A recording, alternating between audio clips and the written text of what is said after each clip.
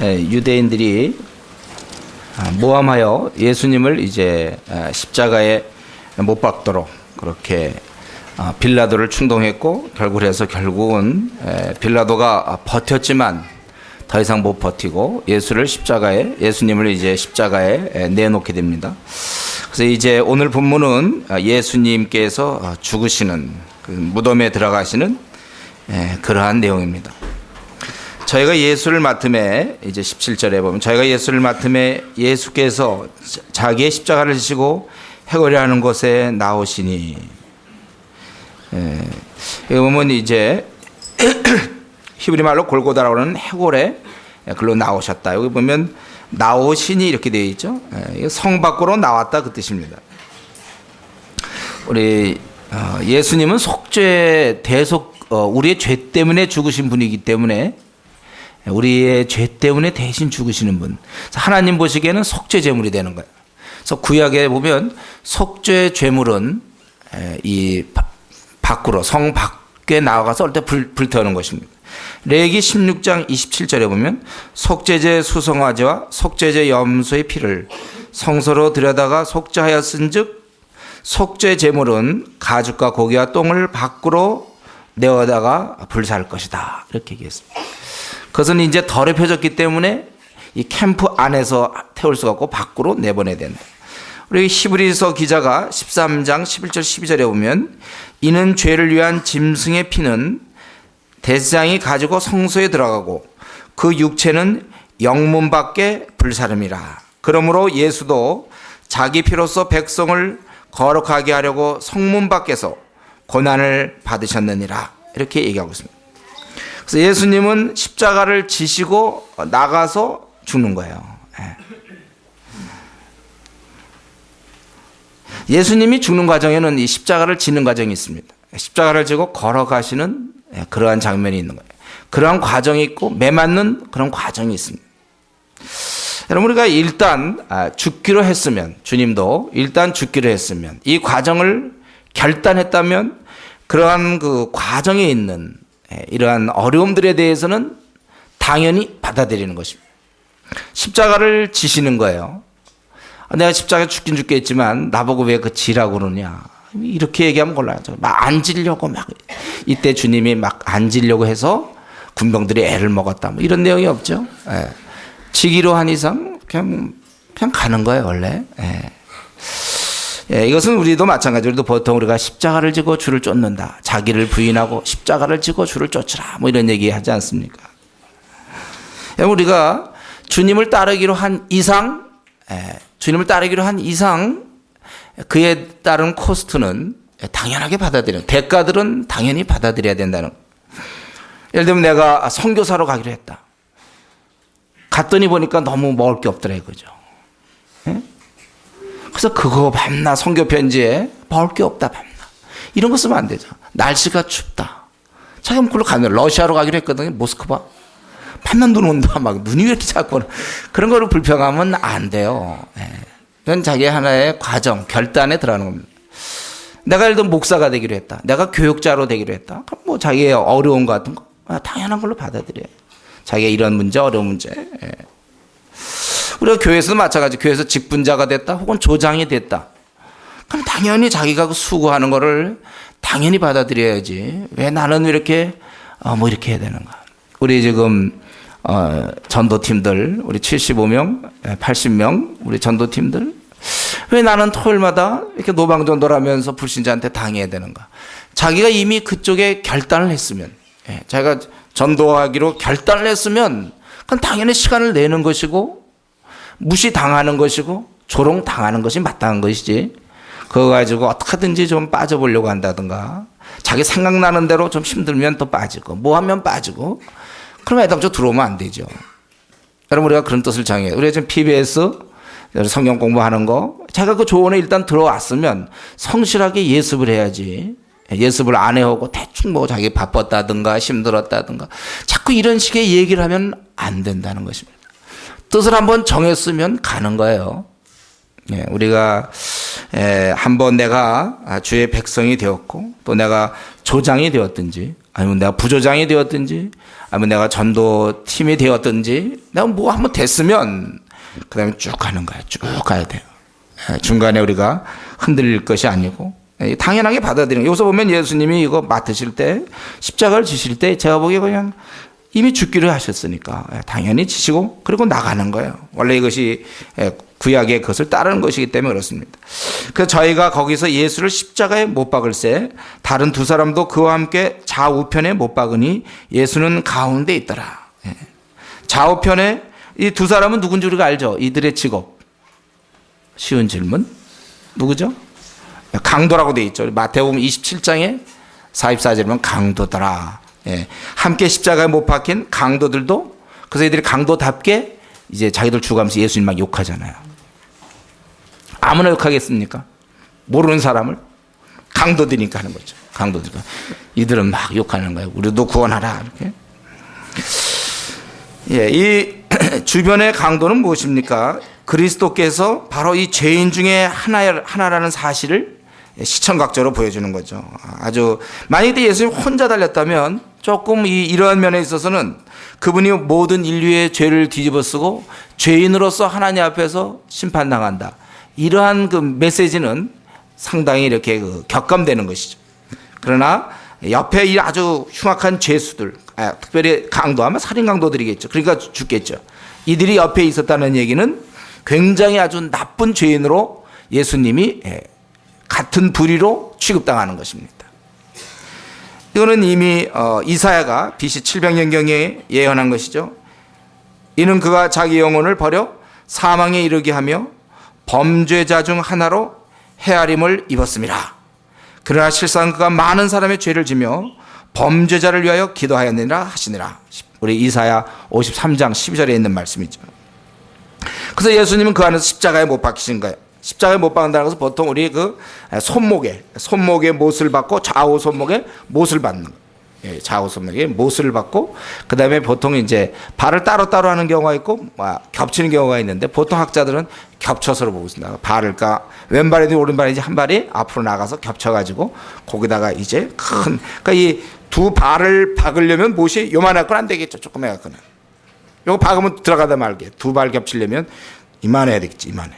그걸로 이제 박는 거예요. 그래서 무릎 이렇게 박는 거. 그래서 손목과 손에다가 박아갖고는 찢어지니까 손목에다가 박는 거예요. 양쪽으로.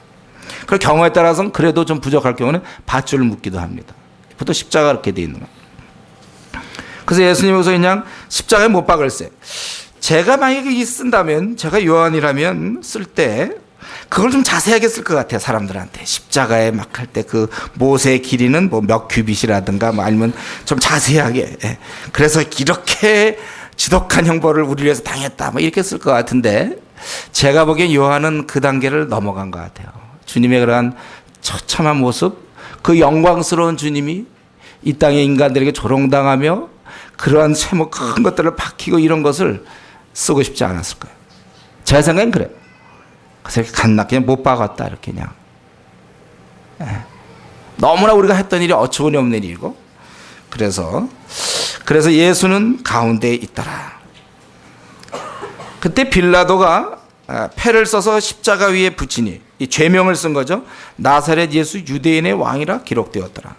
예수의 못 박히신 것은 그것이 성에서 가까운 거로 많은 유대인이 이 패를 읽는데 히브리 말과 또 로마 말과 헬라 말 이렇게 세 가지로 기록되었다. 그 당시에 누구나 다 볼 수 있도록 그렇게 뭐라고 되냐면 나사렛 예수 유대인의 왕.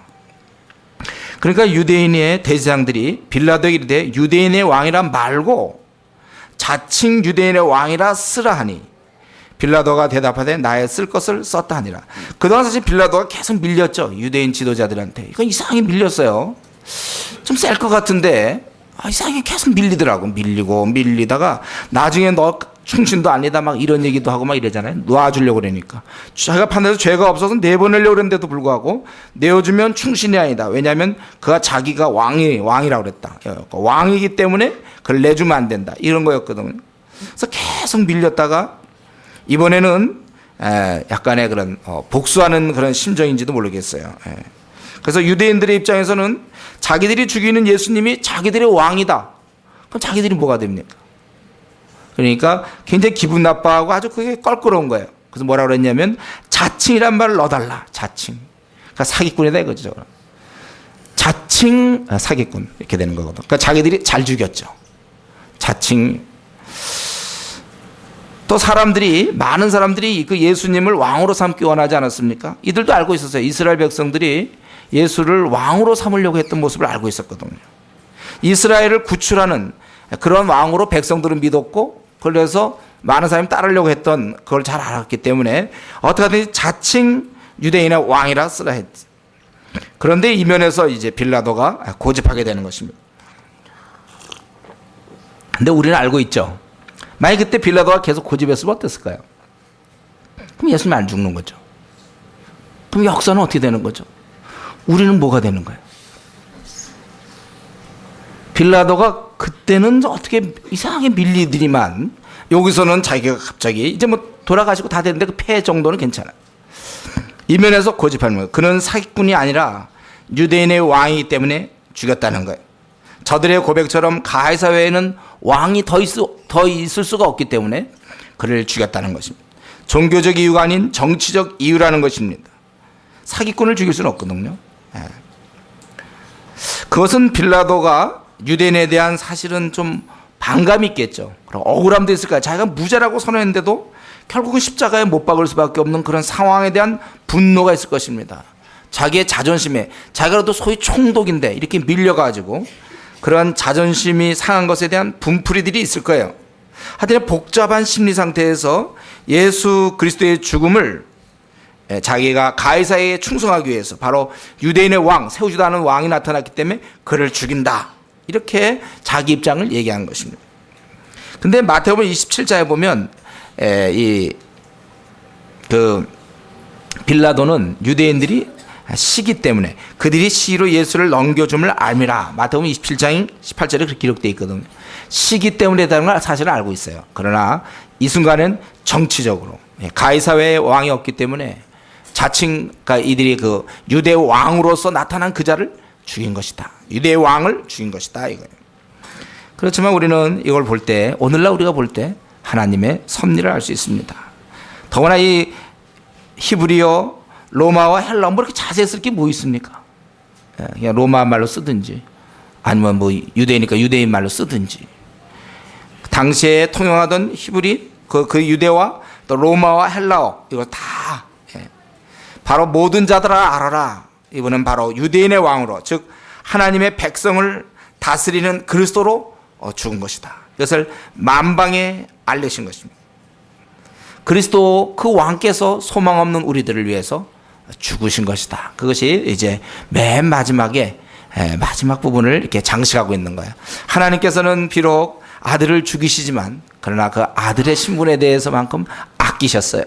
그가 왕이시다, 통치자시다, 열방의 왕이시다는 것을 이 빌라도의 이 손을 빌어서 표현한 것입니다. 그러고 나서부터 군병들이 이제 23절부터 이제 이렇게 쭉 보면 군병들의 이런 모습들이 좀 나오는데요. 이제 쭉 그 37절까지 보면 중간중간에 군병들이 모습이 나오는데, 이제 이 군병들은 예수님을 못 받고 나서 군병들이 한 일이 있습니다. 그건 뭐 기록해 놓습니까? 예수님 못 받았으면 그걸로 끝나고 이제 부활 얘기만 하면 될 것 같은데, 군병들이 한 일이 있어요. 군병들. 그들이 무슨 일을 했냐면, 군병들이 23절에 예수를 십자가에 못 박고 그의 옷을 취하여 네 깃에 나누어 각각 한 깃씩 얻고 속옷도 취하니 이 속옷은 호지 아니하고 위에서부터, 꿰매지 않았다는 뜻이 호지 아니하고 꿰매지 아니하고 위에서부터 통으로 짠 것이라. 그러니까 이게 대재앙이 입던 옷 같은 거 있잖아요. 쫙 통으로 짠 것. 그래서 군병들이 서로 말하되 이것을 찢지 말고 누가 얻나 제비 뽑자 하니 이는 성경에 저희가 내 옷을 나누고 내 옷을 제비 뽑나이다 한 것을 응하게 하려 함이러라. 군병들은 이런 일을 하고, 이렇게 돼 있어요. 여기 보면 이거 옷 나눈 게 뭐 대단하다고 여기 기록합니까? 이게 바로 구약의 약속이라는 것이죠. 구약의 약속 때문에 그래요. 거기 보면은 시편 22편에 나오죠. 시편 22편 18절에 보면 내 겉옷을 놔두며 속옷을 제비 뽑나이다. 겉옷을 제비 뽑으며 속옷을 나눴다. 이러면 이제 우리 기독교 역사 무너지는 거죠. 겉옷을 나누며 속옷을 제비 뽑나이다. 근데 제가 생각하기에 그럼 겉옷을 그럼 넷이 나누면 뭐야? 하나씩 이렇게 우리 겉옷이 있다고 합시다. 망토든지 뭐. 그 잘라서 하면 그 뭐에 쓰죠? 걸레로, 집에 와서 걸레로 쓰나? 그 왜 그거, 이 사형수들이 그 사형수 죽는 자의 옷은 집행하는 군인의 몫이었단 말이죠. 그러면 우리 겉옷을 자르면 그거 어떻게 쓸까?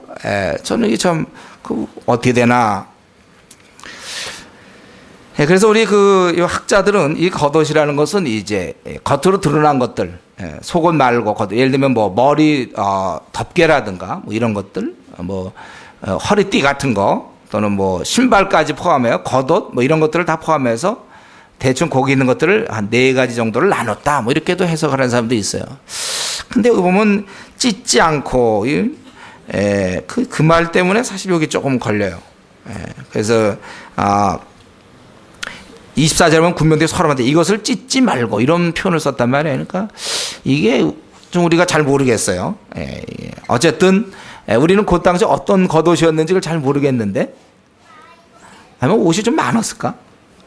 그 당시에 어떻게 된지 모르겠어요. 하여튼 나눴다는 건 확실하고 근데 속옷은 제비 뽑다는 거예요. 이 부분을 설명하려는 거예요. 지금 이 요한 사도가 이 부분을 적고 싶은 거예요. 저들이 당연히 하나 남았는데 그 찢어서는 안 된다는 거죠. 겉옷은 어떻게 되는지 잘 몰라요. 우리는 이거 갖고 너무 연구하지 마세요. 하여튼 나눴다는 거 알고 뭐 어떻게 뭐가 됐나 보죠. 그런데 이것은 속옷은 찢으면 안 되게 돼 있었어요. 그러니까 저희들이 제비 뽑자. 군병들은 자연스러운 생각이겠죠. 이게 자기들이 성경을 뭐 알아가지고 그걸 응하게 하려고 한 거 아니죠. 그러나 그 이미 시편에 거의 그러니까 1000년 전에 그의 옷은 제비, 속옷은 겉옷은 나누어진다고 얘기했어요. 속옷은 제비 뽑나이다. 이렇게 예언을 이루려 했다. 이것입니다. 만약 요한이 만약 구약에 대해서 몰랐으면 이거 못 적었겠죠. 그러니까 그 당시에 사도들은 구약에 대해서 정통했어요. 깊이 알았다는 거죠. 우리가 지금 열왕기 하를 공부하죠. 여러분들이 구약이라든가 신약에 대해서 우리가 많이 알아야 되는 거예요. 성경을 많이 알아야 되는 거예요. 그리고 이제 예수님께서는 25절에서 27절까지 보면 자기 모친을 제자에게 맡기시는 장면이 나옵니다. 예수의 십자가 곁에 그 모친과 이모와 글로바의 아내 마리아와 막달라 마리아가 섰는지라. 이 막달라 마리아는 우리가 아는 대로 막달라가 이제 그 갈릴리 남서쪽에 있는 지명이죠. 막달라 거기에 있는 마리아 우리가 아는 대로 7 귀신 들었다가 우리 주님이 그를 회복시키셨죠. 바로 그 마리아. 그 모친도 있고 이모도 있고 글로바의 아내 마리아, 막달라 마리아. 이게 그 복음서마다 어떤 경우는 이제 누굴 한 명을 빼놓고 적기도 하고 이렇게 좀씩 차이가 납니다. 그걸 이제 다 나중에 종합해 보면 누구다 이렇게 얘기할 수 있는데 지금 그것은 핵심은 아니고 이제 거기에 이런 여성이 서 있었다는 것이죠. 제자들은 도망갔다는 거고. 제자들은 도망갔고, 그러니까 그 당시가 베드로 어디 갔는가 몰라요. 안드레 어디 숨었는지 몰라요. 야고보, 물론 나중에 이제 오순절 이후에 야고보는 순교당하죠. 바로 제일 먼저 죽죠. 헤롯에 의해서. 근데 그들은 다 어디 간지 모르겠어요. 그러나 이때 이 여성들이 이렇게 서 있었다는 거예요. 제가 늘 얘기하죠. 우리 한국교회는 우리 한국교회가 1000만의 성도가 됐다고 그랬죠. 열심히 있어서 그 말 맞는다고 그랬어요. 근데 뭐죠? 여전도회라고 그랬죠. 여전도회. 여성의 힘. 여성들이 일할 때 힘 있는 거예요. 근데 이제 오늘날은 여성들이 직장 가지면서 떠나기 시작해. 교회를 안 하고 떠나니까 점점 이제 줄어들어가고 있는 거예요. 여전도회가 항상 힘 있는 거예요. 오늘 본문의 핵심 아닙니다. 이거는 그냥 참고로 알자. 여기서 왜 그 구절이 왜 나옵니까? 지금 제가 그냥 얘기한 거고, 이렇게 서 있었다는.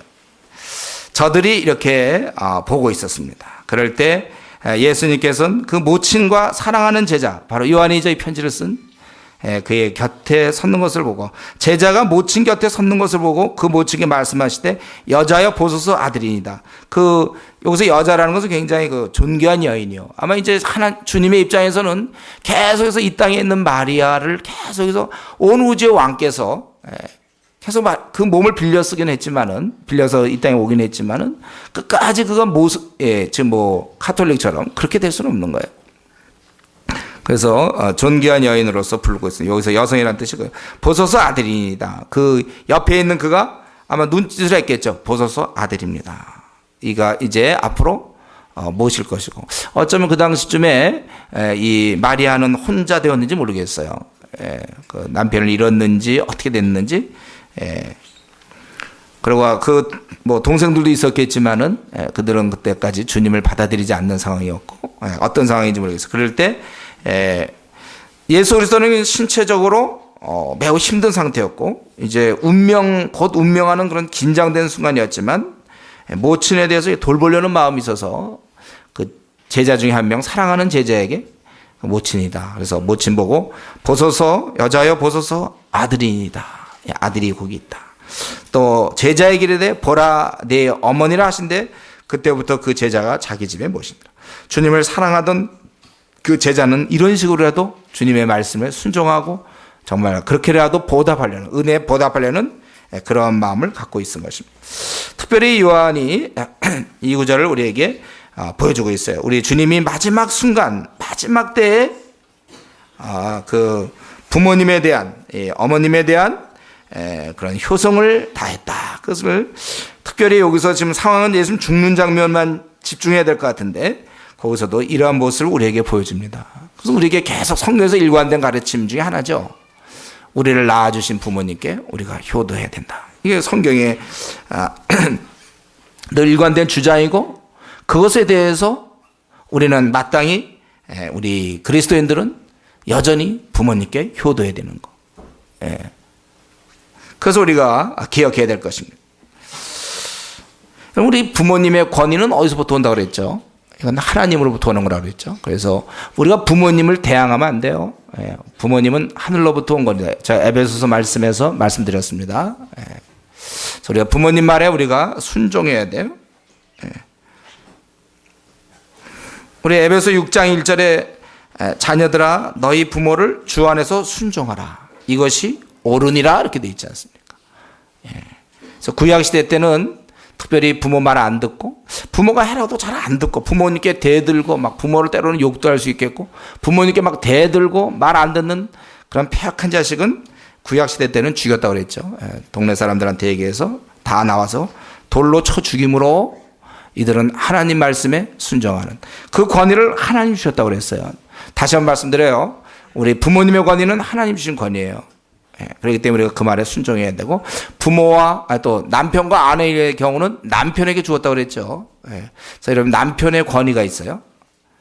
그 남편의 권위에 대해서 아내는 순복해야 되는 것, 이게 성경의 원리입니다. 그래서 우리가 결혼해서 남편을 우습게 본다든가 대든다거나 이런 일 없도록 하셔야 돼요. 남편에게 순종해야 되고, 또 부모님께 우리가 대들거나 그러면 안 됩니다.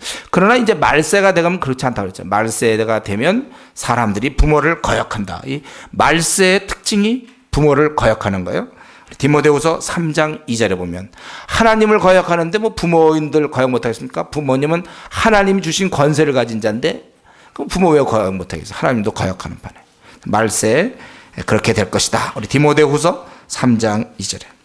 그렇기 때문에 여러분 부모님과 사이가 좋아야 됩니다. 지금도 현재 부모님을 속으로 미워하거나 부모님과 냉전 중에 있거나 부모님과 대화를 하지 않는다거나 부모님과 이렇게 거리를 두거나 그래서는 안 되는 거예요. 부모님은 귀한 분으로 여러분들이 우리 주님이 마지막 순간 이때 얼마나 정신이 산란했겠고 얼마나 힘들었겠습니까? 보통 우리 십자가의 죽음을 1000번 죽음으로 보잖아요. 1000번 죽음. 그 정도로 고통스러운 피를 조금씩 흘리면서 그런 큰 못으로 이런 데를 발목을 갖다가 뚫어가지고 손목도 뚫고 그렇게 해서 처절하게 죽이는 건데, 그런 고통 가운데서도 부모를 생각하면서 여자여 보소서 아들이니다. 보라 내 어머니라 하면서 맺어주고 그렇게 하시는 모습을 볼 때 우리 지금 나름대로 부모님께 순종합니까? 더 열심히 할 수 있도록 우리가 노력해야 될 것이고, 우리가 이 부모님에 대해서 우리 하나님의 그 권위를 인정하고 잘 대해야 될 것입니다. 너희는 부모를 주 안에서 순종하라. 이것이 오늘. 근데 여기서 알아야 될 거 있어요. 부모를 주 안에서 순종하는 거예요. 부모님이 교회 가지 말라. 우리 그런 거 순종해서는 안 되죠. 그때는 우리가 안 됩니다 하고 나가야 되고, 우리가 주의 일하는데 막으신다든가 할 때 그거는 우리가 싸워야 되는 거예요. 주님이 더 우리에게 높은 분이시기 때문에 부모님의 권위는 자녀가 잘 주님을 섬기라고 주신 것이지 뭐 자기 마음대로 하라고 주는 권위가 아니라는 거예요. 남편도 마찬가지로 했어요. 하나님이 남편에게 주신 권위는 자기가 하고 싶은 대로 하라고, 독재자 되라고 준 게 아니라고 했잖아요. 아내를 하나님 앞에 온전한 자로 만들기 위하여 주신 권위다. 이 부분 모르는 분들은 다시 한번 에베소서 5장을 들으셔야 돼요. 여러분들 5장에 우리 남편의 역할 또 아내 역할들에 대해서 생각해야 됩니다. 그리고 우리 주님은 이제 28절부터 30절 보면 이제 운명하시는 장면이 나오죠. 이제 마지막, 이 땅에서 마지막. 거기 보면 이후에 예수께서 모든 일이 이미 이룬 줄 아시고 성경으로 응하게 하려 하사 가라사대 때 내가 목마르다 하시니 거기 신포도주가 가득히 담긴 그릇이 있는지라 사람들이 신포도주를 먹으면 해용을 우슬초에 메어 예수의 입에 대니 예수께서 포도주를 받으신 후 가라사대 다 이루었다 하시고 머리를 숙이시고 영원히 돌아가시니라. 성경을 응하게 하려서 내가 목마르다. 실제로 목마른 것이에요. 이건 이제 목도 하나도 안 마르면서 거짓말로 있잖아요. 목은 집에 하나도 안 마르는데 목마르다 이렇게 한 거 아니에요. 실제로 피를 흘려가니까 아주 심한 정말 탈수 현상을 보이면서 목마르다. 이렇게 얘기한 거예요. 그럴 때 거기 있는 사람 중에 사람들이 신포도주를 먹으면 해용을 우슬초에 매어 예수의 입에 대니 예수께서 신포도주 받으신 후 가라사대 다 이루었다 하시고 머리를 숙이시고 영원히 돌아가시고, 원래 영원히 돌아가신 다음에 머리가 떨어지는 것인데 머리를 숙이시고 영원히 돌아가시다. 이런 흐름들이 그 예수님이 자발적으로 스스로 죽으신 것이 드러나는 것입니다. 시편 69편 21절에 보면 이렇게 되어 있죠. 저희가 쓸개를 나의 식물로 주며 갈할 때 초로 마시었으니.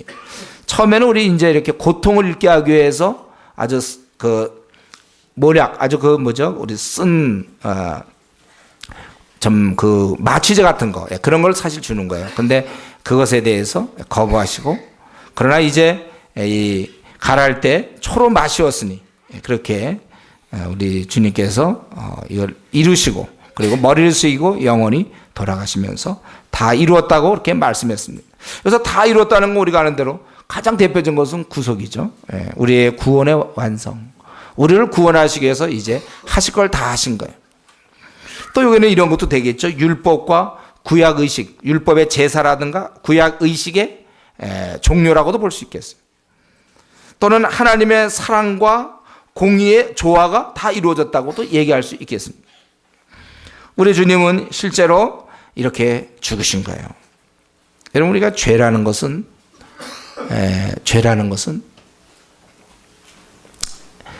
실제로 우리 죄가 있어도 그냥 천국에 그냥 하나님 마음 좋으시니까 죄가 있어도 그냥 받아주신다. 우리는 그렇게 받아들일 수 없어요. 그렇게 되지 않죠.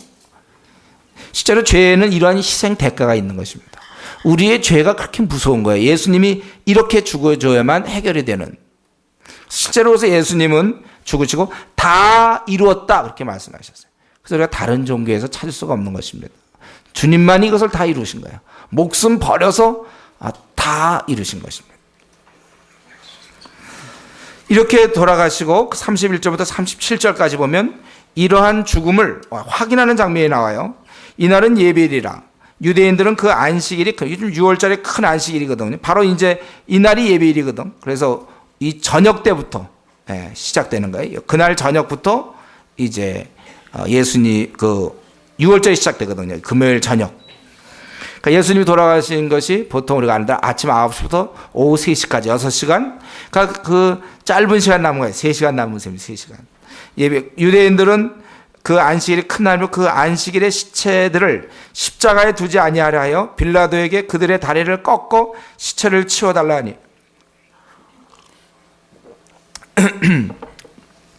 군병들이 가서 예수와 함께 못 박힌 첫째 사람과 또 다른 사람의 다리를 꺾고 예수께 이르러서는 이미 죽은 것을 보고 다리를 꺾지 아니하고 그중 한 군병이 창으로 옆구리를 찌르니 곧 피와 물이 나오더라. 이를 본 자가 증거했으니 그 증거가 참이라. 저가 자기의 말하는 것이 참인 줄 알고 너희로 믿게 하려 함이라. 이 일을 이룬 것은 그 뼈가 하나도 꺾이지 아니라 한 성경을 응하게 하려 함이라. 또 다른 성경에 저희가 그 찌른 자를 보리라 하였느니라. 여기 보니까 유대인들이 이제 부탁을 하죠. 자기들의 큰 명절 때문에 십자가에 나무에 달린 자마다 저주를 받은 자 아닙니까? 이걸 놔둘 수가 없다는 거예요. 그걸 치워달라. 그래서 거기 보면은 이제 그들의 다리를 꺾고 시체를 치워달라 하니. 왜냐하면 보통 성인들은요, 이렇게 못을 박았대서 금방 죽겠습니까? 피를 흘리기 시작하면서 조금씩 빠져갖고 보통 한 3일 정도? 빨라도 2일, 3일, 길게는 또 더, 5일도 가고, 그렇게 살 수 있습니다. 그러니까 이들을 치워야 되겠는데, 살아있단 말이죠. 그래서 그 방법이 이 다리를 꺾는 거라고 그랬어요. 다리 꺾는 건 지난번 한번 제가 전도집회 때 얘기했죠. 이 무릎을 갖다가 망치로, 쇠망치로 강타하는 거예요. 뭐 그 충격에 죽을 수도 있겠지만, 그래서 강타해서 무릎뼈가 부러지고 다리를 앞으로 꺾는 거예요. 앞으로 꺾어버리는 거예요. 그래서 원래는 이들이 축 늘어져 가지고 이제 축 늘어져 숨을 못 쉬어요. 이들이 이렇게 쭉 늘어지니까. 그러다가 원래 다리 힘을 갖고 다시 받쳐서 올라가서 숨도 헐떡 이렇게 다시 또 내려갔다가 헐떡 쉬고 이런 삶인데 이제 그렇게 되는 건데 다리를 부러뜨리기 때문에 축 늘어져서 죽는 거예요. 그래서 이들은 사실 그때 못도 박혀서 아픈 데 있잖아요. 그 쇠망추로 있잖아요. 이 무릎이 가격돼 가지고 그걸 이제 꺾어주는 거예요. 그래서 군병들이 가서 예수와 함께 못 박힌 첫째 사람과 또 그 다른 사람의 다리를 꺾고 이렇게 죽은 거예요. 이들은. 그리고 예수님도 이제 그렇게 치려고 그랬는데 죽었단 말이에요. 벌써. 아까 영혼이 떠났다고 그랬죠. 죽어버렸어요. 그래서 한 군병이 옆구리를 찌르니 참 이게 이제 아주 잔인한 모습이죠. 이미 죽은 자에 대한 우리 확인사살로 군대에서 그런 거 있잖아요. 확인사살. 죽었지만 더 한번 확인해 보는 거죠. 옆구리를 콱 창으로 찔러요. 거기가 심장 쪽 있지, 오른쪽이지, 왼쪽이 알지 못하지만 하여튼 콱 찔렀다 이게. 혹시 만약 살았더라도 막 찔렀으면 꿈틀하든지 어떻게 했겠죠. 아니면 아프다든지 소리를 냈든지 했겠죠. 그럼 그때 가서 다시 몽둥이를 째는지 가서 콕 찔러요. 옆구리를 찔렀어요. 행여나 혹시 살았는데 모르고 내릴 수가 있기 때문에 확실하게 그랬더니 피와 물이 나오더라 이렇게 돼 있어요. 이건 우리 의학자들이 밝힌 대로 심장이 터졌을 때 나올 수 있는 현상이라고 그랬죠. 원래 피만 나와야 된다고 그랬죠. 원래는 사람이 죽은 지 얼마 안 돼서 바로 누르면 피가 나와야 되는데 피와 물이 나온다. 이것은 심장이 터졌을 때 한번 있을 수 있는 일이라고 그랬어요. 굉장히 군병이 잔인해요. 어떻게 그걸 좀 확인해 보려면 툭툭 건드려 보든지 아니면 콕 잠깐 찔러 본다든가 뭐 어떻게 해보면 되지. 옆구리를 그냥 콕 찔러요. 그래서 곧 피와 물이 나오더라. 이것을 본 자가 증거해서 아마 이것은 요한의 확률이 커요. 이 쓰는 그렇게 합니다. 그런데 이렇게 된 것이 지금 우리는 이제 그냥 자연스러운 현상으로 이렇게 돼서 이제 확인하려고 확인사살하려고 잔인하게 서로 안 죽어서도 그 창 때문에 죽게 되는데 그런 과정을 통하여 우리가 하나 알아야 될 것이 36절 37절에 있는 그거라는 거죠. 이 일을 이룬 것은 이렇게 된 것은 그 뼈가 하나도 꺾이지 아니라 한 성경을 응하게 하려 함이라. 이것이 바로 구약의 예언이죠. 우리 구약에서 6월절 어린 양 어떻게 됐습니까? 6월절의 어린 양에 대해서 출애굽기 12장 46절에 보면 한 집에서 먹되 그 고기를 조금도 집 밖으로 내지 말고 뼈도 꺾지 말지며 완전히 그 드려질 때 희생할 때 그 뼈를 꺾지 않는 보통 경우는 그렇게 할 수 있지만 이 6월절 어린 양은 뼈를 꺾지 않는 거예요. 그게 그들의 내려온 습관이에요. 온전히 드린다는 그런 뜻인지 바로 그것 바로 예수님이 6월절에 어린 양이 되시기 때문에 그의 뼈가 상하지 않게 그 뼈가 하나도 꺾이지 아니라.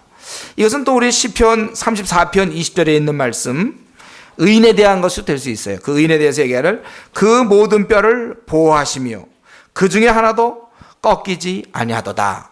그 말씀에 대한 사실은 예언에 대한 그 그것이 성취인 것입니다. 그리고 이 군병은 한 가지 행동만 했어요. 옆구리만 한번 꽉 찔렀지만, 그러나 그를 통하여 또 한 가지 우리가 알 수 있는 건 37절에 또 다른 성경에 저희가 그 찌른 자를 보리라 하였느니라.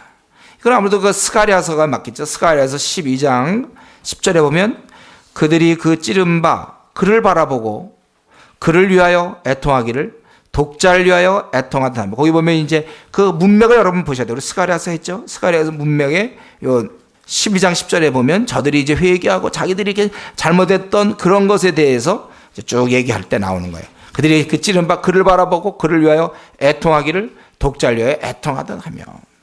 그래서 여기서 계속해서 지금 보면 18절에도 보면 다른 두 사람도 그와 함께 좌우편에 못 박으니 강도들 틈에 죽어야 되고, 24절에 제비 뽑는 모습이라든가, 그리고 28절에 성경을 응하게 하시는 목마르다 해서 심포도 좀 마시는 모습, 그리고 이제 이 뼈가 하나도 상하지 않는 모습, 또 찌른 자를 보리라 했던 것, 이 모든 것을 통하여 다음에 또 더 나오지만 요한의 강조는 뭐냐면 예수님의 죽음은 의도된 계획적인 그러한 죽음이다. 실패가 아니라 구약의 예언 그대로 이루어진 바로 사건이라는 것을 여기서 강조하는 것입니다.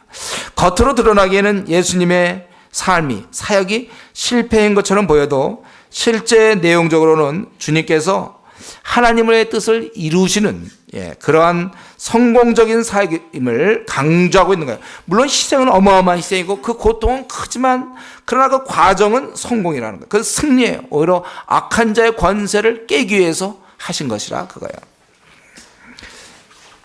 우리가 그래서 이걸 가만히 보면요, 가만히 보면, 졸리는 사람들은 이걸 가만히 보면 더 졸리겠죠, 여러분들.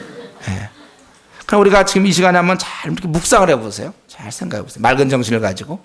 이 군병들의 이런 모습들, 군병들이 막 나타나서 지금 죽이고 자기도 나눠갖고 막 이러지 않습니까? 찌르기도 하고, 누가 그 시키지도 않았지만 그런 역할 분담을 하고 있는데, 이들이야말로 하나님의 말씀을, 잔인한 군인들, 자신들의 그 잔인성에 의해서 막 또 옆구리를, 어제 심장 쪽을 찔렀는지도 모르고 어디를 찔렀는지 하여튼 옆구리를 콱 찌르고, 이들이야말로 하나님 말씀을 이루게 하는, 하나님 말씀이 이루어지도록 사실 했던 그런 장본인이라고 볼 수 있어요. 여기 보면은 이 군병들, 또 이 일을 맡았던 사람들이 강도들과 주님을 함께 십자가에 처형했던 것, 그리고 옷을 제비 뽑았던 것, 심포도주를 먹였던 것. 이때 목마르다 했는데도 그때 그냥 내가 보면 군병 확률이 크거든요. 지나가던 민간인이 하기는 어려울 거고, 군병들이 굉장히 잔인했는데 어떻게 그 순간에 그 순간적으로 좀 불쌍한 마음이 들었는지 모르겠어요. 왜 그런 수고를 했을까, 그들이? 해용을 웃을 초에 메어 예수 입에 대니. 왜 그런 행동을 할까, 이들이? 순간적으로 그자들이 어떤 처참한 모습, 뭐 그런 데서 인간으로 순간적으로 충동을 받아갖고 했는지 모르지만, 그들이 그런 행동을 했던 거, 그리고 찔러주는 거, 만약 안 찔러줬으면 구약의 예언들이 이루어지지 않는 거거든요. 그리고 이 다리를 꺾는 거, 만약에 이때 이 강도들을 죽이지 않으면 어떻게 됩니까? 이 군병들이 다리를 안 꺾어주면 어떻게 되죠? 그냥 예를 들면 군병들이 뭐 그렇게 안 하고 말이죠, 다르게 그냥 원래들이 놔둔다든가, 근데 다리를 꺾었다, 군병들이. 이게 우리 주님의 약속 아닙니까? 누가복음 우리 23장 43절에 그렇게 주님 말씀, 오늘 내가 나와 함께 낙원에 있으리라. 근데 만약 강도가 안 죽어봐요, 그럼 오늘 그럼 어떻게 된 거죠? 주님의 이 말씀들이 다 이루어지고, 옆구리 찔러줘야 성경에 저희가 그 찌른 자를 많은 사람들이 다 보는 거예요. 찌른 자를 보리라. 또한 여기서 보면요, 우리는 그냥 이렇게 큰 사건이 흘러가고 있지만 이 배후에 조연하는 사람들이 있는데, 유대인들도 그 중에 하나죠. 유대인 지도자에 찾아와서 다리를 꺾고 시체를 치워달라 했잖아요. 이거 급하게 십자가에서 내려와야 되거든요. 원래는 며칠이고 내버려뒀단 말이에요. 그러나 급하게 이렇게 해야 돼요. 해가 지면 안식일이 시작되니까, 그래서 이걸 해 주어야 이제 예수님이 무덤에 들어가게 되는 거죠. 만약에 그냥 놔뒀다고 합시다.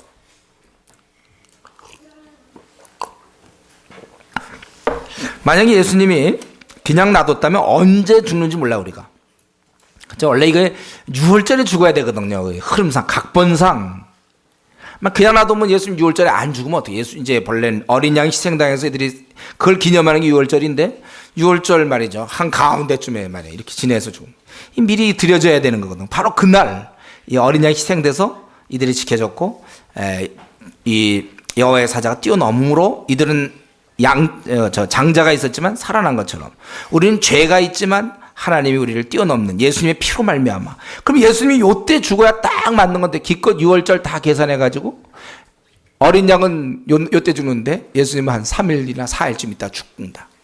그럼 참 이게 뭐가 되겠습니까? 예언이. 그게 흐름이 되겠습니까 지금? 그 죽으심으로 우리가 구원받는 걸 기념하는데 중간쯤 죽으면. 그리고 이때 이들이 시체를 급히 치워달라 이렇게 얘기했어요. 예. 이렇게 만약 그냥 놔뒀다면은 우리가 언제 예수님 죽었는지 모르잖아요. 원래 예수님 죽은 후 3일 후에 부활하겠다 그러는데 또 언제 죽었는지 그걸 정확히 언제 알겠어요. 누가 그 계속 지키면서 체크하나요? 언제 그냥 내버려 두는 건데.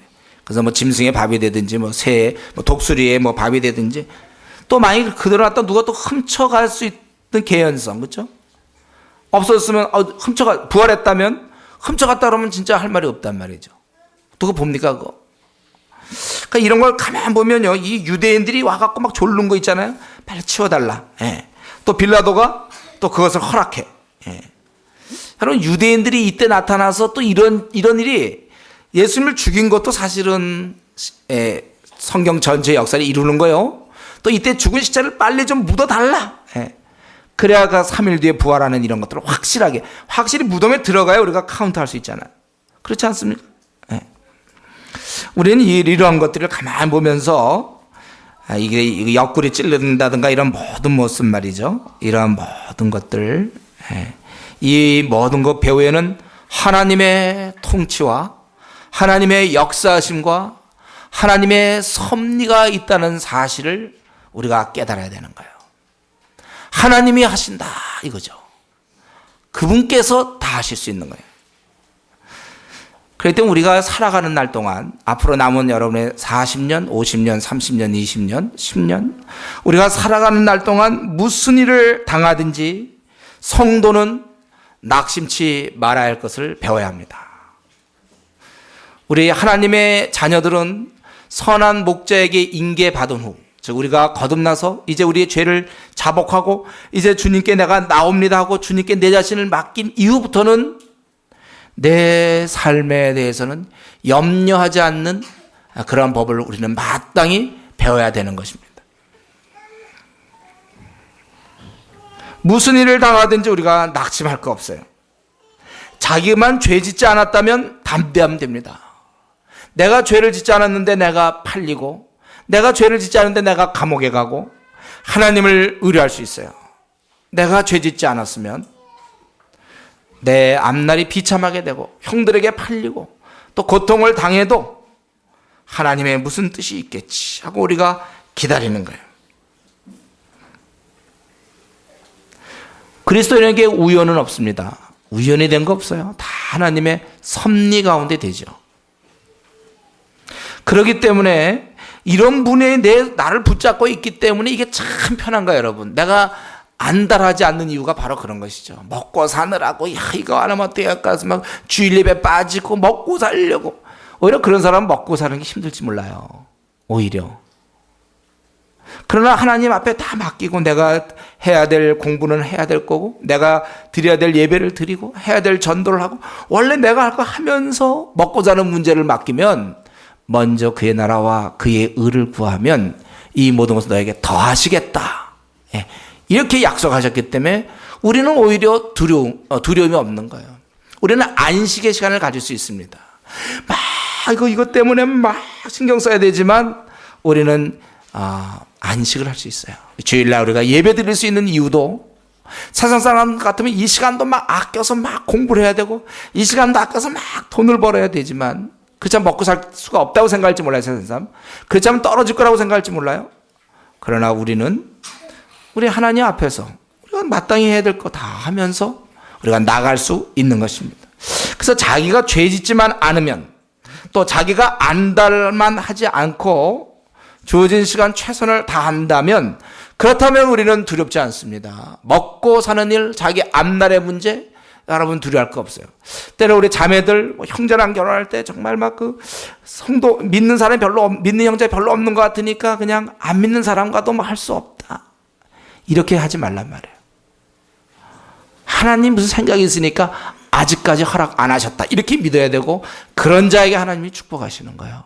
그걸 자기 힘으로 막 해서 안 믿는 형제랑 결혼한다든가, 또 어떡하든지 돈 벌려고 주일날도 막 뭐 하고, 또 중요한 시험이기 때문에 주일날도 예배 빠지고 막 공부하고, 그러는 것이 결국 하나님의 주권, 하나님의 통치, 아무려 하나님이 자기를 섬길 시간도 안 주시고 그렇게 하실 분이라고 생각하십니까?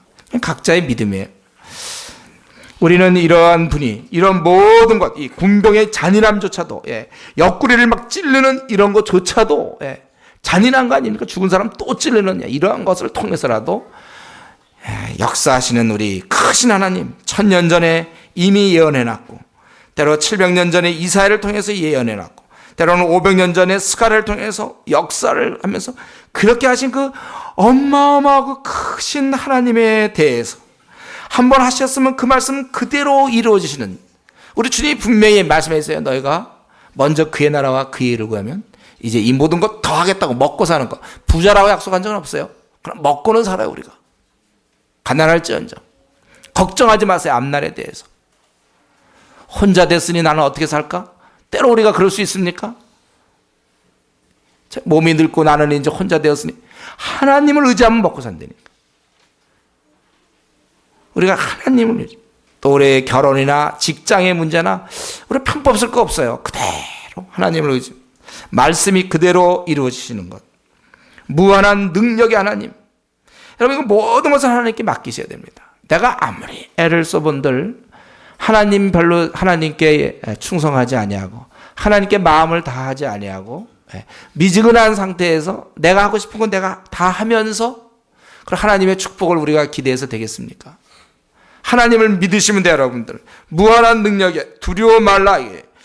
내가 입장 바꾸는 거 생각하세요. 여러분이 하나님이라면 나 같은 사람은 어떻게 다룰 것 같아요? 그럼 나를 신뢰하고 있는 만약 아들이나 딸이 있다면 어떻게 하겠습니까? 두려워하지 마. 왜 모든 걸 가지고 있는데. 근데 애는 막 벌벌벌 떨고 말이지. 이것 때문에 막 자기가 세상에 쫓겨가지고 자기 머리 굴리고 세상적으로 어떻게든지 해보려고 그러고 머리 다 쓰고 그러고 한다면 하나님께 축복받겠습니까? 두려움 말라. 당연히 하나님 입장에서. 그럼 너희들 염려할 거 있느냐? 그냥 기도해. 그게 하나님의 입장입니다. 기도하라. 뭐가 문제냐 이거. 뭐가? 나는 지금 직장에 이런 문제 때문에 돈 벌어야 되기 때문에 교회도 못 나오고요. 저는요 조장도 할 수 없으며, 왜냐하면 시간을 낼 수가, 그냥 돈 벌어야 되고, 나는 막 싸워야 되면 경쟁 사회가 얼마나 센데. 그게 믿음입니까? 하나님을 의뢰하세요, 여러분들. 우리가 이런 하나님이 우리 가까이 계시는 걸 알고 있습니까? 그러니까 진짜 지혜로운 자는 하나님을 경외하는 자예요. 우리말로 한다면 미지근한 자가 돼서는 안 된다는 거죠. 뜨겁게 주님을 신뢰하는 자가 그게 진짜로 이 머리가 돌아가는 거지. 대충 예배만 드리고 남은 시간 자기가 그냥 뭐 앞날을 뚫어보려고 막 어리석은 자예요. 하나님이 그날 결정하세요. 하나님은 아무리 그거 해도 시험 보는 날 내 몸이 아프면 어떡할 겁니까? 또 내가 중요한 문제라고 해서 나는 막 모든 걸 다 빼먹고 하지만 그때 하나님께서 그걸 축복 안 해주시면 어떡할까요? 여러분, 우리가 이 하나님에 대해서 계산할 때는 그저 하나님 앞에 가까이 갈수록 오히려 어려운 일 당하고 힘든 일 당하고 먹기 살기 힘들 때 더 하나님을 경외하셔야 돼요. 하나님께 더 나가야 하나님이 책임져 주시죠. 하나님을 신뢰한다는 게 드러나야죠. 목사님, 저는 좀 미지근한 신앙이며 또 저는 지금까지 좀 이렇게 하나님에 대해서 내가 신뢰하지 못하고 좀 잘못도 많이 했고 죄도 많이 졌습니다. 성경은 항상 그런 자에게 뭐를 말씀하십니까? 두 번째 기회를 얘기하잖아요. 항상 두 번째. 삼손의 예가 그거 아닙니까? 그가 주신 그 힘, 삼손이 갖고 있던 힘은요, 올라가지 총 있을 때는 안 되죠. 총 있거나 이럴 때 막 수류탄 같은 거 있을 때는 그건 죽죠. 그러나 그 당시에는 삼손을 이길 사람이 누가 있습니까? 누가? 힘으로 나갈 때인데. 힘으로 나가는데 삼손은 막, 그걸 누가 이겨요? 그 힘을 가지고 자기 이스라엘을 정말 위해서 사용하고 원수들 다 무찌르고, 그러면 다윗 자리 가라. 큰 나라 이름 쓰는 그 힘이 너무나 넘치니까. 근데 그 힘을 20년 정도, 10년, 20년 동안 허송세월하고 잘못 썼다가 늦게나마 하나님 주신 달란트 이제 그거 깨닫고 늦게나마 자기의 그런 죄를 깨닫고 하나님께 간구하지 않습니까? 한 번만 나를 이번에 힘을 주셔서 이렇게 해달라. 두 번째 기회, 혹시 내가 정말 하나님만 바라봤어야 되는데 내 생각과 내 기준에서 내가 이 땅에 돌아가는 모습 때문에 내가 막 안달하고 내가 막 이것 때문에 그리고 그것 때문에 예배도 빼먹고 막 그랬다면 용서해 주십시오. 내가 하나님을 신뢰하지 않고 내 힘을 신뢰했습니다. 용서해 주십시오. 두 번째 기회를 여러분이 간구해야 돼요. 내 생을 복 주시옵소서. 두 번째 기회를 삼아야 되는 것입니다. 이제 마지막으로 38절에서 42절까지 예수님이 죽은 다음에 이 무덤에 들어가는 거, 이게 중요해요. 왜냐하면 죽어서 끝났다면 뭐 한 5일 뒤에 묻든지 10일 뒤에 묻든지 뭐가 문제겠습니까? 11장 했다 이러면 되는 거죠. 그러나 지금 중요한 건 3일 뒤에 부활을 하셔야 되거든. 온 인류에게 알려야 돼. 이 기준이 있어야 돼요. 바로 그 역할을 이제 두 사람이 여기서 나오죠. 두 사람. 누구죠? 여기 나왔던 두 사람?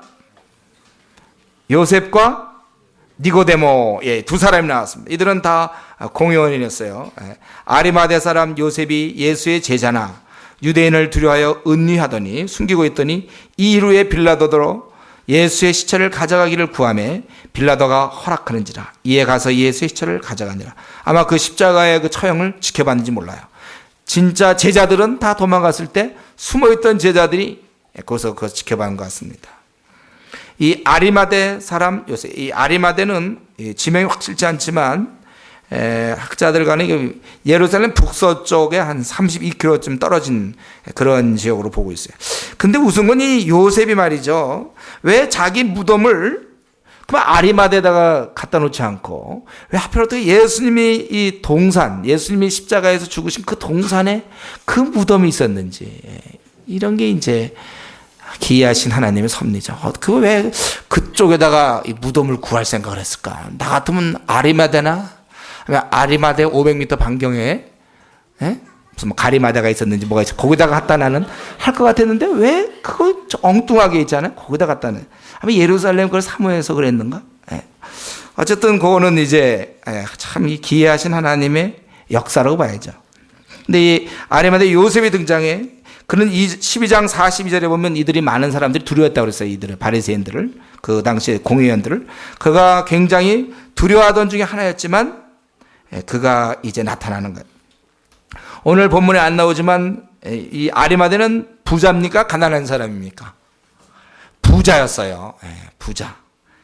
그 마태복음 27장 57절에 보면 아리마대 부자 요셉. 보통 가난한 누구 이렇게 보통 표현합니까? 가난한 베드로, 거지 바울 사도 이렇게 합니까? 그런 거 없는데 우리 마태복음 27장에 보면 아리마대 부자 요셉이라고 되어 있잖아요. 이런 표현이 참 없는 데 있어요. 왜 그렇죠? 우리가 아는 대로 이사야의 말씀이죠. 이사야 말씀. 이사야 53장에 보면 9절에 그 무덤이 악인과 함께 되었으며 그 묘실이 부자와 함께 되었도다. 이것 때문에 마태복음에서는 마태는 그 부자라는 걸 누구를 소개할 때 부자, 누구를 소개할 때 부자 누구다 이렇게. 요즘은 좀 그럴지 몰라요. 요즘은 좀 분위기가 좀 부자 되세요 막 이러니까 부자 누구 뭐 이렇게 혹시 할지 모르지만 굉장히 이상한 소개 방식 아닙니까? 그 왜냐하면 말씀 따라 이사야에 있는 그 말씀. 그래서 그가 예수의 시체를 구하는 거예요. 빌라도로. 또 다른 성경 보면 당돌하게 그렇게 했다고 그랬죠. 예수 시체를 가져가기를 구하매 빌라도가 허락하는지라. 이에 가서 예수 시체를 가져가니라. 원래는 시체는 어떻게 됩니까? 죽은 사람 십자가형의 시체는 범죄자용 그 매장지가 따로 있었어요. 거기다 묻는 건데 이 빌라도가 허용을 했어요. 빌라도가 끝부분 가서 좀 그래도 뭔가 좀 하죠. 이런 것도 안 돼. 이러면 또 얼마나 또 난처했겠습니까, 그거. 근데 허용이 돼. 그때마다 또 이런 게 있어요. 그리고 일찍 예수께 밤에 나왔다. 이 니고데모는 항상 밤. 이건 또 밤이 연결되는 거예요. 왜 그랬습니까? 물론 니고데모가 예수님이 낮에 너무 바빠서 조용한 시간을 찾아갔다. 좋게 해보면 그거지만 밤에 갔다는 건 두려움이거든요. 우리가 그 당시 분위기로 볼 때 이가 공회의원이었거든요. 축출, 파문당하는 건데 그 밤에 나왔던 니고데모도 이때는 밤입니까? 아니죠. 이때는 이제 낮에 나타난 거예요. 밤에 나왔던 니고데모가 낮에 나타났다. 그래서 몰약과 침향 섞은 것을 100근쯤 가지고, 이 100근이라는 것은 NIV 지속 보면 34kg. 원래 이 정도면은 당시에 그 왕가 쪽에 아주 존귀한 자의 무덤에나 그 죽음의 시체에 사용했던 건데, 그가 그것을 들고 왔으니까 자기가 지금 사내들인 공회의원이고 자기가 좀 높은 사람이고 존귀한 자인데 그가 시체를 지금 이거 할 때는 더 귀한 분으로 생각하고 있는 거죠. 그가 그래서 100근쯤 가지고 온지라. 한 사람은 이제 시체를 가져오고 한 사람은 시체에 이거 시체에 향품을 갖고 왔다. 업무 분장이 잘 이루어지고 있죠. 둘이 다 같이 가갖고 시체 달라고 그러면 어떡합니까? 그래서 받아갖고 그냥 대안이 있습니까? 한 사람은 그걸 하고 한 사람은 둘이 짰나 언제? 그건 모르겠어요. 둘이 좀 알았는지 그건 모르겠는데 어쨌든 그렇게 갖고 왔다. 이에 예수의 시체를 가져다가, 그러니까 이런 확실히 죽었으면 알 수 있죠. 이런 모습들이 시체를 가져다가 유대인의 장례법대로 그 향품과 함께 세마포로 쌌더라. 그리고 그 다음 나오죠. 예수의 십자가에 못 박힌 곳에 동산이 있고,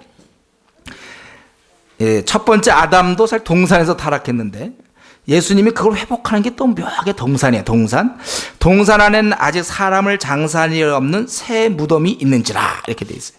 그러니까 그 동산 가까이 있어야 앞으로 3시간 이내에 빨리 이걸 매장시키려면은 아주 가까운 곳이 지리적으로 필요했는데 바로 새 무덤이 있는지라. 누가복음 23장 53절에 보면 바위를 파서 이렇게 돼 있잖아요. 바위를 파서 만든 무덤이라고 돼 있습니다. 바위를 팠다는 얘기는 도망갈 구멍이 없는 거예요. 오직 하나, 입구로만 들어갔다 입구로 나오는 것이죠. 부활의 확실성을 설명하려고. 또 이 무덤이 한 멀리 떨어진 곳이라면 그 참 신빙성, 예수님의 부활에 대한 신빙성이 어려울 텐데 바로 장사 지낸 바로 그 지점에서 부활하시는 거예요. 그래서 저들이 새 무덤이 있는지라. 이날은 유대인의 예배이요 또 무덤이 가까운 거로 예수를 여기 보면 무덤이 가까운 거로 거기 두었다. 왜냐하면 치워야 되니까. 이것에 대해서 누가 예를 유대인들이나 바리새인들이 만약에 이 무덤이 멀리 있었다는 건 반대했을 거예요. 더는 이 두 사람이 나타나서 그 일을 한 것입니다. 우리 여기 오늘 본문에 보니까 예수님의 제자들 또 그를 따랐던 무리들이 다 주님을 버리고 떠났을 때 숨어있던 제자들이 나타나요. 여러분 이런 장면 생각해 본 적 있습니까? 예수님 제자들 떠나서 끝난 것 같은데 숨어있는 제자가 나타나. 숨었다가 나타나는 이 두 사람. 아주 기이해. 제가 보기. 숨었다가 또 이것들이 왜 나타나갖고 이러고들이 있는지. 근데 이게 굉장히 중요하거든, 우리가 볼 때는요. 이런 자들이 없었으면 예수님의 부활은 어떻게 설명되겠습니까? 또 이 아리마대 요셉 부자가 돼갖고 자기 그 무덤이 있어요. 쓰지도 않던 새 무덤. 사람들 많이 쓰던 무덤에서 거기 여러 명도 있었다든가 이런 것도 아니고 새 무덤, 돌로 판 곳. 그만큼 비싸겠죠. 그렇죠? 흙으로 파야 되는데 바위에다 팠으면 그건 굉장히 존귀한 그런 무덤이 예수님의 죽으심 동산에 가까이, 여기 보면 가까운 곳으로 가까이 있었다. 이건 그냥 누가 하기도 힘든 일, 이렇게 알고 각본을 짜도 힘든 일인데 이런 것들을 다 이렇게 숨어있던 제자들이 나타나서 장사를 지냅니다. 사실 이것은 쉬운 일이 아니죠. 자기들이 따르던 예수님이 지금 이 유대의 그 집정자들에 의하여 지금 처벌받고 있지 않습니까? 저들은 아주 참남한 자다, 하나님 아들이라고 했던 자다 하고서 그를 십자가에 죽게 만들었기 때문에 제자들도 위험하고, 그래서 제자들은 예수님이 보내달라고 해서 보내줬지만 이 제자들도 사실은 굉장히 위험한데, 그런 상황에서 저들은 이제 신앙의 힘을 발휘하여 예수님을 장사 지낸 것입니다. 저는 지난번에도 제가 이 대목에서 그런 말씀 한번 했죠. 어떻게 예수님 살아있을 때 이적을 베풀 때는 구세주로, 주인으로 고백하기 쉽지만 그 시체 앞에서 이런 신앙 고백을 한다는 것은 정말 어려운 일이에요. 이적을 행할 때 막 오병이어를 할 때 구세주시 하지만은 정말 아무 힘도 없이 죽어 있는 그 시체 앞에서 그들의 신앙이 흔들리지 아니하고 오히려 주인으로, 그리스도로, 오히려 더구나 많은 사람들이 보는 앞에서 밤에 나왔던 니고데모가 낮에 활동하면서 자신에게 제자됨을 밝힌다. 이거 제자 아니면 이렇게 못하잖아요. 제자됨을 밝힌다는 것, 그 주님을 자기가 따른다는 것을 드러내는 이런 행동, 이것은 신앙 없이는 되는 문제가 아닙니다. 신앙의 신비로움이라고 볼 수 있어요. 신앙은 능히 이런 것을 이기는 것. 이들의 역할은 무엇입니까? 이들이 결국 나타난 역할은 예수님 그리스도가 참 우리 존경하는 분으로 죽었으니 그를 애도한다? 그게 아니죠. 오늘 본문 이것은 바로 우리가 갖고 있는 이 부활에 대한 확실한 반대편에 있는 확실한 죽음을 설명해 주는 거예요. 무덤에 넣어야 되고 그리고 세마포로 그를 다 싸고 확실히 죽었음을 보여주는 것입니다. 만약 이들의 이런 역할이 없었다면 그 죽었음에 대한 증거가 미비하고 또 언제 죽었는지도 모르고, 그리고 확실히 들어가니까 3일 만에라는 말이 나올 수 있잖아요. 들어갔기 때문에 나오는. 이런 일을 저들이 했던 것입니다. 우리는 이러한 모습을 보면서 우리 한 가지 좀 생각할 게 있어요. 아리마대 사람 요셉도 절대 표면에 막 나타나서 그렇게 활동한 사람은 아니죠. 그러나 그는 이제 처음에는 숨어 있었고 다 그런 자였지만, 연약했지만 후에는 많은 사람들 앞에서 신앙 고백, 더나 위험한 상황 속에서 그런 식으로 바뀌었다는 사실이에요. 저는 이런 면에서 우리도 마찬가지, 이 두 사람의 모습을 보면서 지금은 참 우리 교회에서 또는 뭐 우리 주위에서 참 신앙이 없이 왔다리 갔다리 빌빌대고 참 답답하고 이런 사람이 있다 할지라도 우리가 후에는 그가 굳건한 자로 바뀔 수 있다는 사실을 우리가 받아들여야 될 것입니다. 지금은 연약해서 미지근한 신앙을 보이고 참 열충성하지 아니하고 그런 자라 할지라도 우리가 포기하지 않는 이유는 바뀔 수 있기 때문에, 믿음은 자라기 때문에 그래요. 그게 중요합니다. 그렇기 때문에 우리가 주위 사람의 그 미래를 보는 연습은 중요합니다. 다만 한 가지, 근데 그 사람이 지금 성경을 사모하고 있는 사람인가, 그게 중요하죠. 기도하는 사람인가, 그래 잘하죠. 지금 연약한 거는 늘 얘기합니다. 제가 괜찮다고 그랬어요. 믿음이 없어서 흔들릴 수 있어요. 그러나 흔들리는 중에라도, 좀 미지근한 중에라도, 열심을 내지 못하는 중에라도 성경은 여러분 꼭 읽으십시오. 그런 중에도 기도는 꼭 하세요. 그래야 그 잘하죠. 잘하는 거예요. 제가 초등학교 1학년, 2학년이 미적분 못한다고 해서 좌절하면 안 된다고 그랬죠. 계속 공부하면 되는 거예요. 그거는. 지금 영어회화 못하는 사람, 나는 이렇게 영어회화를 못하지? 한 번도 자기를 들여다봤습니까? 자기가 정말 영어회화를 해서 한 5년 투자했습니까? 그리고 우리나라의 그 영어 교육 말고 제가 따로 학원 다니면서 영어 투자했냔 말이에요. FK 계속 보고. 그럼 자기가 투자하면 되는 거예요. 우린 제가 믿기로 여기 좀 중국어 못하는 사람 많죠? 저를 포함하여. 중국어를 못하죠? 그러나 우리는 소망이 있어요. 언젠가 우리는 중국어를 잘할 거예요. 우리도 언젠가는 여기 해산자매처럼 혹은 뭐 상배자매처럼 우리도 중국어의 성일 형제나 우리도 중국어를 할 수 있을까 언젠가는요. 그런 소망이 있습니까? 없습니까? 없을까? 우리는 안 될까? 이런 생각해요? 하면 우리도 되는 거야, 우리도. 지금 혹시 자기는 이상하게 신앙이 잘 안 자라. 참 이상하게 나는 이렇게 들쑥날쑥거리고 도대체 내 마음은 교회에 대해서 이상하게 별로 나오고 싶지가 않고 열심히 없어요. 그래도 성경 읽기를 게을리하지 마세요. 또 기도 생활을 하세요, 여러분. 바뀐다니까요. 또 우리도 주위 사람에게 그 사람이 현재 연약하다고 해서 낙심할 것이 아니라 성경을 볼 것을, 그 기도 생활을 해서 계속 권유해서 그가 일어날 것을 우리가 소망하는 것입니다. 그래서 우리가 지금 주위 사람의 연약함 때문에 우리가 낙심할 것이 아니라 다시 한번, 사실 그렇게 쉬워요. 저도 목사로서 참 그렇게 쉽습니다. 다시 한번 소망을 가져야 되겠다. 그런 생각을 하게 되죠. 그리고 또 한 가지는요, 여기 이 숨어있는 자들, 이 숨어있는 자들이 있다는 사실이 저는 아주 오늘 새롭게 느껴요, 새롭게. 이 드러나지 않는 하나님 일꾼. 제가 생각하는 하나님 일꾼은 뭐였냐면 항상 그 주의 군대 선봉에서 있는, 전쟁이 나면요, 제가 무슨 그런 영화라든가 이런 거 뭐 항상 그 앞에서 쫙 전쟁 막 이런 사람, 그거 좀 그냥 전투 선봉에 서서 목숨 다하는 뭐 이런 생각이 있는데, 오늘 보니까 이 드러나지 않는, 실제로 그냥 그런 마음은 뜨거워. 선봉에 언제든 쓸 수 있지만 전략상 약간 숨어 있는 사람들이 있는 것 같더라고요. 숨어 있는 일꾼.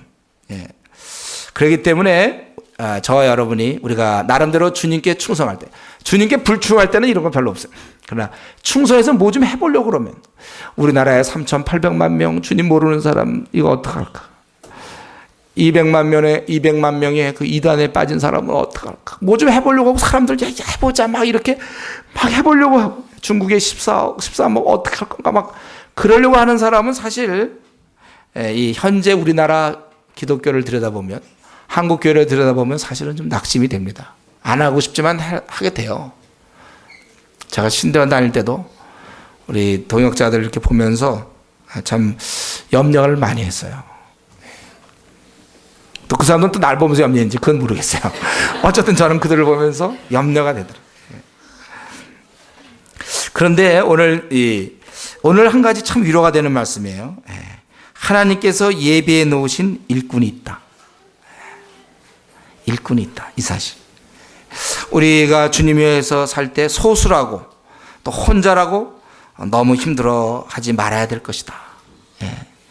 이 숨어있는 동역자가 있다는 사실을 우리가 기억하고 힘을 얻어야 되겠어요. 그리고 우리도 좀 이런 사람이 되자는 거죠. 이런 사람. 꼭 필요할 때 주님 위에 나설 수 있는 사람. 그러나 이것은 갑자기 된 것은 아니라고 생각합니다. 꾸준히 이 경건의 연습, 평소에 그렇게 준비돼야 필요할 때 하나님께서 언제든지 사용할 수 있어요. 그래서 여러분, 때가 되면 내가 열심을 내겠다, 이건 안 돼요. 왜냐하면 그 때를 내가 알 수가 없기 때문에. 하나님이 혹시 오늘 나를 쓰려고 할지도 모르잖아요. 그래서 우리는 언제든지 사용될 수 있도록 나를 준비시켜야 됩니다. 그러니까 5분 대기조 있죠. 5분 대기조. 군대 가면 우리 카투사에는 그런 거 없었지만 아마 그런 거 있을 거예요. 5분 대기조. 그냥 딱 시작해. 명령 떨어졌다 하면 5분 만에 출동. 이런 5분 대기조가 있어요. 그런 자세. 5분 대기조 출신 혹시 우리 집에 없나? 나중에 있으면 얘기 들어봤으면 좋겠는데. 항상 준비하고 있어야 되는 거예요. 딱 하면. 소방대원들이 그렇잖아요. 소방대원들이 잘 때 뭐 바자마 다 갈아입고 뭐 이렇게 안 해요. 그들은 다 언제든지 나갈 준비 다 하고 자는 거고. 항상 그런 준비 있는 것처럼 내가 하나님께서는 지금도 이 시대에 지금 얼마나 이 어미하신 이 하나님, 권력이 크신 하나님, 능력의 하나님께서 지금도 우리 3,800만 명의 영혼을 위해서 얼마나 많은 일꾼들을 지금 쓰고 있을까요? 근데 혹시 내가 좀 준비 안 돼서 사용 안 되는 거 아닌가 하는 이런 약간의 그 조바심을 가져야 돼. 이런 면에서 안달을 해야 돼요. 혹시 하나님이 나를 쓰지 않는 거 아닌가? 지금까지 한번 우리 2005년도를 돌아봅시다. 지금까지 나를 하나님이 몇 번 쓰고 몇 번 썼는가 나를. 혹시 내 준비 안 됨으로 하나님이 나를 놔두고 계시는 거 아닌가? 나를 오늘 써도 될 만큼 준비되어 있습니까, 여러분? 여기에 대해서 네! 이렇게 얘기할 수 있어야 돼. 예, 준비되어 있습니다. 오늘 쓰셔야 합니다. 예. 언제든지. 필요할 때, 이때 이들은 준비되었어요. 필요할 때 저들이 나선 것입니다. 필요할 때 하나님이시여 나를 언제든지 쓰십시오. 저는 준비하겠습니다. 그래서 여러분들이 죄가 있으면 회개할 것이요. 마음에 준비하고 그렇게 하셔야 되는 것입니다. 말씀을 마치면서 오늘 본문 전체를 통해서는 그저 한마디죠. 오늘 전체 17절부터 42절까지. 결국 주님의 돌아가심, 우리의 죄 때문에 입으로 한 것이 아니고 결국 우리 주님께서 누구 뭐 대리인을 시켜서 한 것이 아니라 바로 내 죄를 담당하시려고 돌아가셨다는 것. 이런 큰 고통과 희생은 어떤 사람을 위해서 죽으신 것이 아니라 예수님 죽으신 것은 인류를 위해서 죽었지 항상. 이런 얘기할 때 보면 자기는 빠져 있어요. 예수님이 희생하신 것은 다른 사람이 아니에요. 나 한 사람 때문에. 누군가 얘기했죠. 만약에 이 땅에 오직 죄인이 나 한 사람 딱 있었다 할지라도 주님은 오셨을 것이다. 예. 우리 그런 저는 이런 거 보면 우리 이전에 그런 일이 있었는데 저 일본에서 말이죠. 우리 학생 하나가 대학생 한 명, 그때 뭔가 가가지고 저 지하철 밑에 떨어져 있는 사람 구하다 자기 죽었죠. 그 사람 이름을 내가 모르겠어 좀. 자기가 구하고 자기 죽지 않았습니까? 이런 거 비슷하게 말이죠. 쉽게 하면 그 지하철에 떨어져 있는 사람이 바로 나라는 거예요. 내가 근데 떨어져 다리가 부러지고 나올 수가 없는 그런 상황에 지금 차가 들어오고 있는 거예요. 이런 걸 우리가 좀 생각해 보세요. 그때 그것을 마침 어떻게 하다가 우연하게 어떤 부모님이 그걸 보게 됐고, 그래서 부모님이 뛰어들어서 나는 건졌지만 이제 부모님이 돌아가셨다. 여러분 한번 그거를 우리가 가장 간단하게 생각할 수 있는 게 그런 장면일 거예요. 만약에 부모님이 나를 위해서 뛰어들고 어머님이 만약 나를 위해서 그렇게 돌아가셨다. 아버님이 나를 위해서 나를 구원하기 위해서 자신의 목숨을 버리셨다. 만약 우리가 이렇게 생각한다면 그동안 내가 그동안 만약에 부모의 속을 썩이고 그리고 말 되게 안 듣고 학생인데 공부도 안 하고 가출하고 돈 달라고 졸르고 뭐 사달라고 그러고 메이커 사달라고 비싼 거 사달라고 밤낮 그러고 반항하고 그리고 못된 친구와 어울려 다니고 부모 말씀 하나도 안 듣고 못되게 굴었던 사람이라 합시다. 그렇다 하더라도 그가 거기서 만약에 부모님이 자기 때문에 죽었다면 그는 굉장히 많은 후회를 할 거예요. 내가 왜 살아생전에 부모님 말씀 이렇게 안 들었는가? 왜 부모의 마음을 내가 아프게 했는가? 정말 그 부모님 말씀 떠올리고 그는 크게 울며 참 통곡하면서 나 때문에 부모님이 대신 죽다니 그는 참 고통스럽게 정말 울면서 자기의 지난날의 그런 잘못들을 후회하고 회개했을 것입니다. 그 이후로는 그가 부모님의 원하는 대로 부모님이 자기 보고 평소에 네가 못된 친구들을 끊고 네가 그렇게 하면 안 되고 뭐 훌륭한 사람이 되라 아니면 무슨 뭐 교사가 되라 아니면 의사가 되라 아니면 사업하는 뭐 하여튼 부탁이 있었다면 자기가 정말 그걸 끊고 훌륭한 사람이 되려고 열심히 공부하고 이제 제대로 그런 믿음의 생활을 믿는 집안이었다면 그런 믿음의 생활을 제대로 했을 것입니다. 그럼 이것이 진짜 제가 그냥 얼핏 이렇게 얘기할 수 있는 내용인데 바로 이거 마찬가지. 예수님이 바로 못된 나를 위해 돌아가셨다는 거예요. 내가 하나님 나라에 들어올 수 있도록 구원받을 수 있도록 내가 좀 인간다운 삶을 살 수 있도록 그동안 죄의 쾌락에 세상의 욕심에 빠져있는 나를 구출하기 위해서 주님이 죽으신 것입니다. 그렇다면 내가 내 자신을 생각할 때 그동안의 내 방탕함, 내 욕심 내가 이런 것 가운데 더 머물러 있으면 되겠는가? 바로 그것 때문에 죽으셨는데 예수님이 나의 그런 형편없음, 나의 그 불신실, 나의 그러한 세상 쾌락을 위한 내 마음 이런 것 때문에 주님이 날 위해 죽으셨는데 여러분 우리 이 시간 생각해 봐야 돼요. 그런 주님이 계시는데 주님이 나의 그런 허물과 죄 때문에 기꺼이 이 십자가에서 수치를 당하고 목말라 하셨다고 외치면서 그분은 돌아가셨는데 이런 면에서 나는 정말 주님을 위해서 내가 무엇을 하고 있었는가? 지금 내가 이렇게 사는 것이 주님에 대한 마땅한 도리라고 생각해서 내가 이렇게 살고 있는 것인가? 지금 내가 주님 앞에서 이 시간에 정직하게 2005년 들어와서 내가 지금까지 쭉 살았던 것이 정말 주님 앞에 내가 합당한 태도인가? 정말 내가 그 은혜에 10,000분의 1이라도 보답하려고 이렇게 수고하고 내가 애쓰고 있는가? 내 자신의 어떤 것들을 정말 포기하면서 내가 보답하는 양으로 살고 있는가? 우리 이 시간에 한번 자신을 돌아보고 하나님 내 생활이 정말 내가 주님의 은혜에 감사해서 원래 이렇게 잘 살아야 되는데 내가 그렇게 살지 못한 것 있습니까? 용서해 주시고 정말 나는 주님 위해서 내가 주님이 이렇게 고귀한 피를 흘리시고 이 땅에 오셔서 참 이런 말도 안 되는 이런 유대인들에게 조롱받으시고 또 이렇게 십자가에서 죽으셨는데 정말 나 때문에 그렇게 하신 건데 부모님이 날 위해서 구원하기 위해서 이렇게 대신 뛰어들어서 죽으셨는데 내가 그 부모님에 대한 태도 주님에 대한 태도 내가 이게 마땅한 건지, 나는 그동안 주님 위해서 무엇을 했는가, 한번 이 시간 우리 같이 한번 기도하면서 결단할 수 있기를 바랍니다. 같이 기도합시다.